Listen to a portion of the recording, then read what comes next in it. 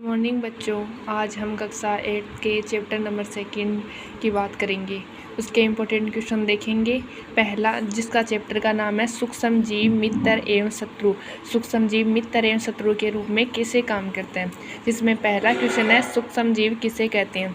कुछ जीव है जिन्हें हम बिना यंत्र की सहायता से केवल आंखों से नहीं देख सकते हैं, इन्हें सूक्ष्म जीव कहते हैं।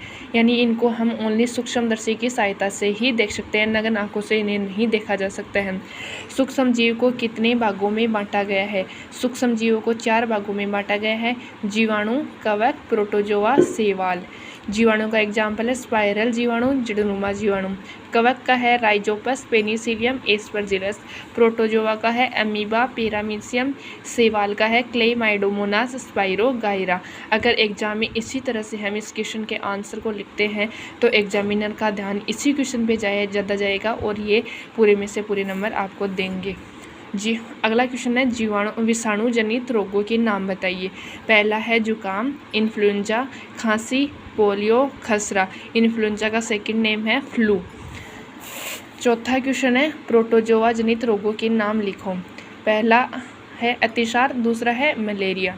जीवाणु जनित रोगों के नाम बताओ। टाइफाइड व क्षय रोग। क्षय रोग का दूसरा नाम है टीबी। दही में पाए जाने वाले जीवाणु का नाम बताओ। लैक्टोबैसिलस। सूक्ष्म जीव का उपयोग किन किन रूपों में किया जाता है। वाणिज्यिक उपयोग, औषधीय उपयोग, वैक्सीन। मिट्टी की उर्वरता में वृद्धि, पर्यावरण का शुद्धिकरण। अगला क्वेश्चन है किण्वन की खोज किसने की थी। किण्वन की खोज लुई पास्टर ने 1857 में की थी। किण्वन किसे कहते हैं। सूक्ष्म जीवों में ऑक्सीजन की अनुपस्थिति में होने वाली श्वसन प्रक्रिया किण्वन कहलाती है। फर्मेंटेशन कहते हैं इसको इंग्लिश में। और अगला क्वेश्चन है एंटीबायोटिक किसे कहते हैं, उदाहरण सहित समझाइए। ये बीमारी पैदा करने वाले सूक्ष्म जीवों को नष्ट कर देती हैं अथवा उनकी वृद्धि को रोक देती हैं। इस प्रकार के औषधि को प्रतिजैविक अथवा एंटीबायोटिक कहते हैं। एग्जाम्पल है स्ट्रेप्टोमाइसिन, टेट्रासाइक्लिन, एरिथ्रोमाइसिन आदि। अगला क्वेश्चन है पेनिसिलिन की खोज किसने की थी। अलेक्जेंडर फ्लेमिंग ने 1929 में की थी। पपून द्वारा पेनिसिलिन का निर्माण किया गया था। चेचक के टीके की खोज किसने की थी। एडवर्ड जेनर ने 1798 में की थी।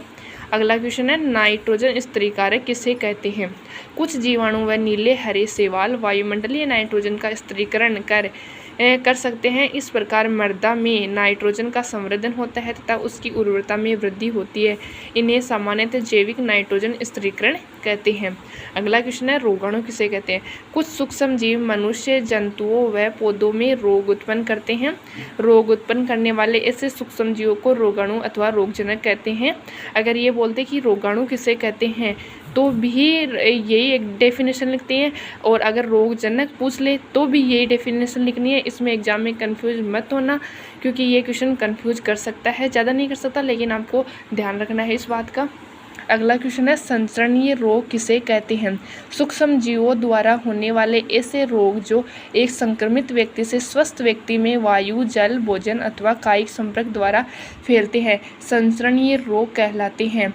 एग्जाम्पल हैजा, सर्दी, जुखाम, चिकन पॉक्स, क्षय रोग। जिस व्यक्ति के संचरणीय रोग है उस व्यक्ति से दूर रहना ही बेहतर है, और कोरोना भी इसी का एग्जाम्पल माना जाएगा, इसीलिए वो भी इसी के अंतर्गत आता है। इसका एग्जाम्पल हम कोरोना भी लिख सकते हैं।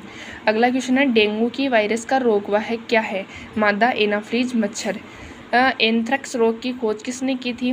रॉबर्ट कोच ने 1876। बेसिलस एंथ्रेसिस नामक जीवाणु की खोज की जो एंथ्रेक्स रोग का रोग कारक है।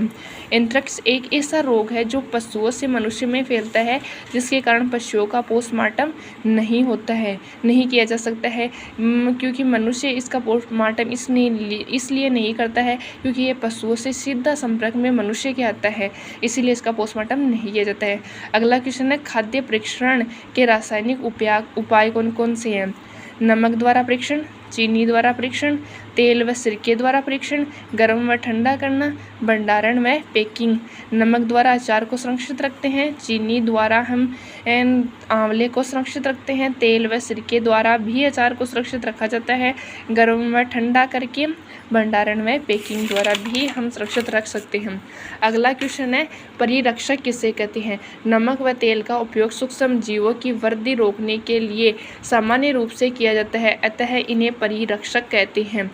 जैसे कि हम नमक व तेल या किसी भी चीज़ को हम सुरक्षित रखने के लिए किसी न किसी चीज़ का उपयोग करते हैं, इसलिए वो परिरक्षक होगा उसके लिए। जैसे हम आंवले को परिरक्षित करते हैं, आंवले को परिरक्षित करने के लिए चीनी या चाशनी का उपयोग किया जाता है, तो उसका परिरक्षक क्या हो गया? चीनी हो गया आंवले के लिए। जैम व सक्रिय को संदूषित कर रखने के लिए कौन से परिरक्षकों का उपयोग किया जाता है? Sodium benzoate, sodium metabisulphite. ये इंपॉर्टेंट क्वेश्चन है, एग्जाम में आ सकता है, इस पे भी खास ध्यान दें। अगला क्वेश्चन है, पाश्चुरीकरण की खोज किसने की? लुई पास्चर ने। दूध को नोट है, दूध को 70 डिग्री सेल्सियस पर 15 से 30 सेकंड के लिए गर्म करते हैं, फिर एकाएक ठंडा कर उसका भंडारण कर लेते हैं। ऐसा करने से सूक्ष्म जीवों की वृद्धि रुक जाती है। इस प्रक्रिया की खोज लुई पास्चर ने की, इसलिए इसे पाश्चुरीकरण भी कहते हैं। अगर परिभाषा पूछ ले तो यहाँ से आपको ये इंपॉर्टेंट क्वेश्चन पूछना है, और डायरेक्ट इसमें से क्वेश्चन ये भी बनता है कि पाश्चुरीकृत दूध को कितने डिग्री सेल्सियस पर उबाला जाता है और कितने समय तक उबाला जाता है। ये इम्पोर्टेंट है, इसमें याद रखने लायक। अगला क्वेश्चन है जो महत्वपूर्ण है, नाइट्रोजन चक्र को विस्तार से समझाइए। नाइट्रोजन चक्र को विस्तार से समझाइए। अगला क्वेश्चन है, नाइट्रोजन चक्र को विस्तार से। इसका वायुमंडल नाइट्रोजन, वायुमंडल नाइट्रोजन दो रूपों में इसका स्थिरीकरण होता है। पहला है वायुमंडल नाइट्रोजन का जीवाणु एवं नीले हरे शैवाल द्वारा स्थिरीकरण। दूसरा है जीवाणु द्वारा स्थिर नाइट्रोजन को नाइट्रोजनी यौगिकों में परिवर्तित करना। फिर ये कन्वर्ट होती है मिट्टी में उपस्थित नाइट्रोजन के यौगिक में, और डायरेक्ट जीवाणु द्वारा नाइट्रोजन यौगिकों का गैसीय नाइट्रोजन में परिवर्तन हो जाता है, गैसीय वायुमंडल में आने के लिए सीधी वायुमंडलीय नाइट्रोजन में। अगला है तड़ित द्वारा नाइट्रोजन स्थिरीकरण। यह कन्वर्ट होती है मिट्टी में उपस्थित नाइट्रोजन के यौगिक। मिट्टी में पौधे उगाते हैं, पौधे द्वारा इनका अवशोषण किया जाता है, जंतुओं द्वारा जंतु पौधे को खाते हैं। फिर जंतुओं द्वारा उत्सर्जन एवं जीवों की मृत्यु द्वारा संपन्न नाइट्रोजन अपशिष्ट पदार्थ, उनके उत्सर्जन या जो जंतु के मरने के पश्चात जो अपशिष्ट पदार्थ होता है उसमें नाइट्रोजन अपशिष्ट पदार्थ निकलते हैं, उसका ये कन्वर्ट होती है मिट्टी में उपस्थित नाइट्रोजन यौगिकों में कन्वर्ट हो जाती है और ये वायु में फैलती है, इसीलिए इसका नाइट्रोजन, ये नाइट्रोजन साइकिल है, इसको अच्छी तरह से याद कर लेना। एग्जाम की दृष्टि से अत्यंत महत्वपूर्ण है। और वीडियो पसंद आए तो लाइक और सब्सक्राइब करना ना भूलें। ओके।